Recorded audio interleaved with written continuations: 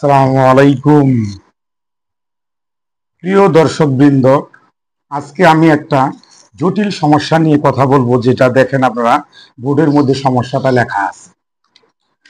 সমস্যাটা অতি জটিল। আপনারা কি করছেন? আইপিএস চেঞ্জ করছেন, ব্যাটারি চেঞ্জ করছেন, ওয়ারিং চেক করছেন, কিন্তু কোনো প্রকার কোনো সমস্যা পান না। এবং ইভেন কি আইপিএসটা আপনারা কি করছেন, ওয়ার্কশপে নিয়ে আসছেন। ওয়ার্কশপে নিয়ে আসার পরেও কি করতেছেন, দেখছেন যে আইপিএস এ কোনো সমস্যা নাই। ঠিক আছে, কাস্টমারের বাসায় যখন আপনি কিছুদিন লাগিয়ে দিলেন, এক সপ্তাহ, অনেক সময় 15 দিন, অনেক সময় 20 দিন পর্যন্ত ঠিক আছে।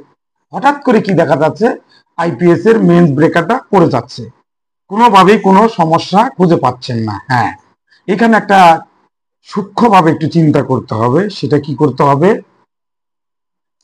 আইপিএস রিলেটেড ওয়ারিং না, শুধু আইপিএস এর বাইরেও যদি কোনো কি থাকে, কোনো এনার্জি বাল্ব, এলইডি বাল্ব অথবা কোনো ফ্যান পুরাতন হয়ে গেছে, কিছুক্ষণ চলার পরে ফ্যানের স্পিডটা কমে যায়, এই ধরনের যদি হয়, অনেক সময় কয়েলের বডি শর্ট হয়ে যদি যায়, এবং এনার্জি বাল্ব, এলইডি বাল্ব আমরা জানি কি হয়, এসিটাকে ডিসিতে কনভার্ট করে তারপরে চলে।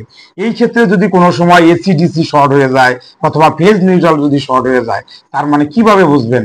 কোনো এলইডি ফুল আলো দেওয়ার কথা, সেটা যদি আপনি কম আলো দেয়, অথবা যেটা সিএফএল ফুল জ্বলার কথা এনার্জি বাল্ব, সেটা কম জ্বলতেছে, অথবা কোনো ফ্যান দেখতেছেন যে কি হচ্ছে, চলতেছে ঠিকই আছে, হঠাৎ করে 1 ঘন্টা 1.5 ঘন্টা চলার পরে কি হচ্ছে, স্পিডটা কমে যাচ্ছে। হ্যাঁ, প্রবলেমটা এই জায়গায়। তখন যেটা কি করতে হবে আপনাদের, ওই যে সমস্যাকৃত এলইডি বা এনার্জি বাল্ব অথবা ফ্যানটাকে পরিবর্তন করতে হবে। আশা করি সবকিছু ঠিকঠাক থাকার পরেও যদি আপনারা কোনো সমস্যা না পান, এই কাজটা করলেই অবশ্যই সমাধান হবে। ধন্যবাদ।